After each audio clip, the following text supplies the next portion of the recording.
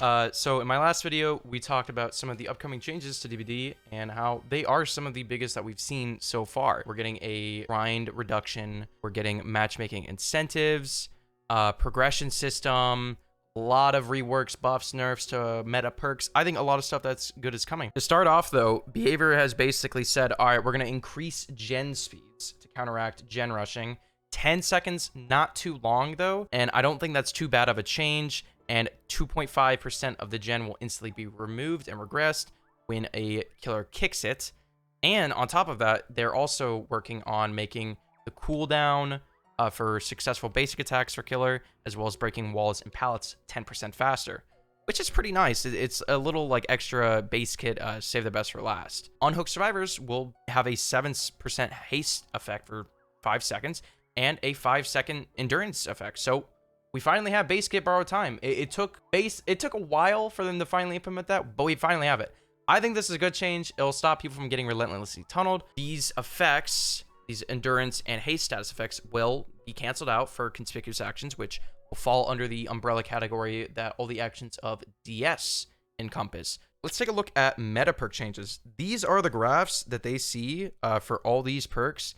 And this right here is dead hard. The one on the top, the very pink line. Barbecue, they're removing the blood points.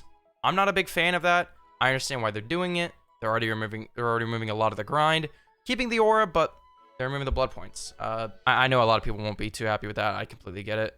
Ruin, it's going to be knocked down from 200% regression to 100% regression. And after a survivor dies, the perk will deactivate. Pop will now go from 25% to 20%. Corrupt Intervention will still have the same effect. It's going to block 3 generators furthest from the killer, force survivors to move more in, but it will deactivate once a survivor is put into the dying state. Tinkerer, they think it's a little oppressive, even though I don't really see this perk used that often at all. It can now only be activated once per gen. Noed.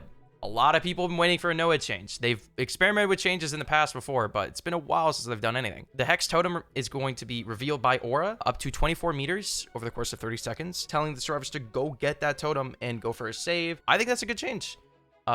Killers will probably work and play around that totem. For the killers who aren't big fans of this, where Noed is getting nerfed, I definitely think some of the changes later for Survivor meta perks will be absolutely worth it. Pain Resonance will no longer have the noise scream notification from a Survivor, so it'll give the regression to a generator, but it won't give the info. Dead Hard, finally. Okay, we're moving on to Survivor meta perks.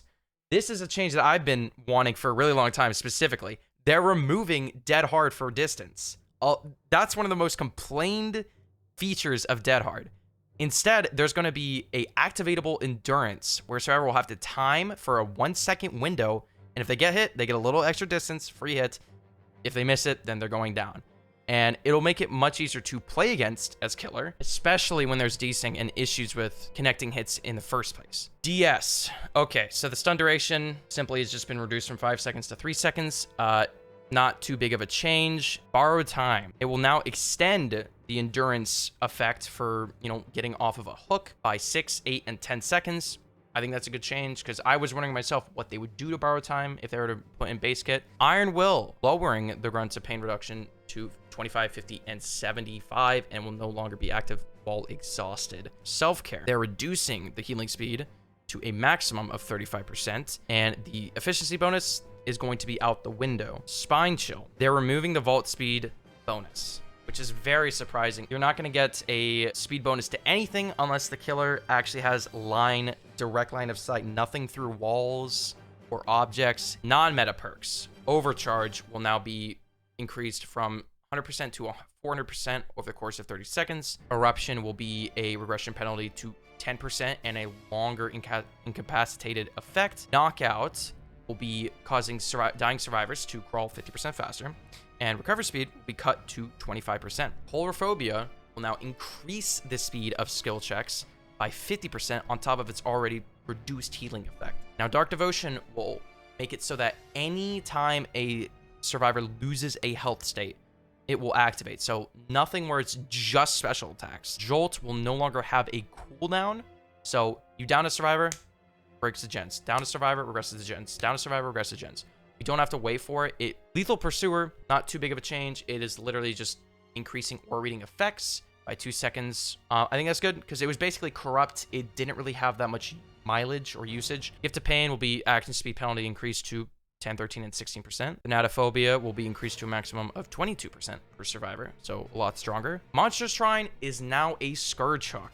I'm pretty surprised to see this first general perk that will be a Scourge Hook, and it will be 10, 15, and 20% faster entity progression, but only if the killer is not camping and like sitting within 24 meters. And it will make all basement hooks Scourge Hooks. Calm Spirit, it will allow survivor actions to be done silently, but at a reduced speed. So totems, chests. Sabo will now allow you to tell if a Scourge Hook is a Scourge Hook, you know. It'll give it a yellow aura, so it will limit the killer's ability to use those as efficiently. I think that's a good change. Stop them from using something like Pain Res, Dead Man Switch. Botany Knowledge will increase speed efficiency to 30, 40, and 50%. I think this is to counteract nerf to self-care, which completely took away the healing efficiency. Off the record is going to be a lot stronger. I don't know how this is going to work out, but endurance status effect for up to 80 seconds after getting unhooked. Very lengthy, and it will be made to evade the killer. Lucky Break will be extended by 1 second for each second of healing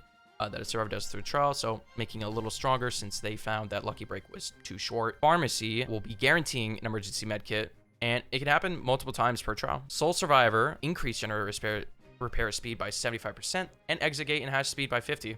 And again, only last survivor standing will get that, but I still don't really see this being used that much. Distortion, you'll gain a token for every 30 seconds within its killer's territories, so I can see a lot of Pebble, Distortion, Detective's Hunch being used with this. I think that's a good change. Lightweight will now fade scratch marks even faster at the quickest 3 seconds sooner. Deja Vu will 5% repair speed to reveal generators.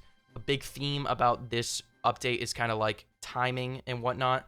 So increased gen speeds, reduced healing speeds or actions. No One Left Behind is just a movement speed bonus to survivors you unhook. Dark Senses reveal the kill aura for up to 10 seconds when they're in your range. Tenacity will reduce grunts of pains while in the dying state.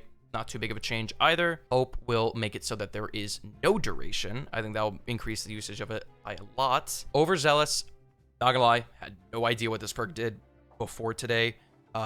Kind of flew under the radar, to be honest. But 6, 7, and 8% repair speed bonus for cleansing a totem, and double that if it's a hex totem. Last one, We're Gonna Live Forever. Unfortunately, they're removing the blood point bonus for this too, like barbecue. Again, not a big fan myself, since the grind is heavily reduced, and we have the new prestige system. I won't complain too much. I think it's a worthy trade-off, but so far, let me know what y'all think of this. I think this update is really good, and I didn't expect to come out this soon.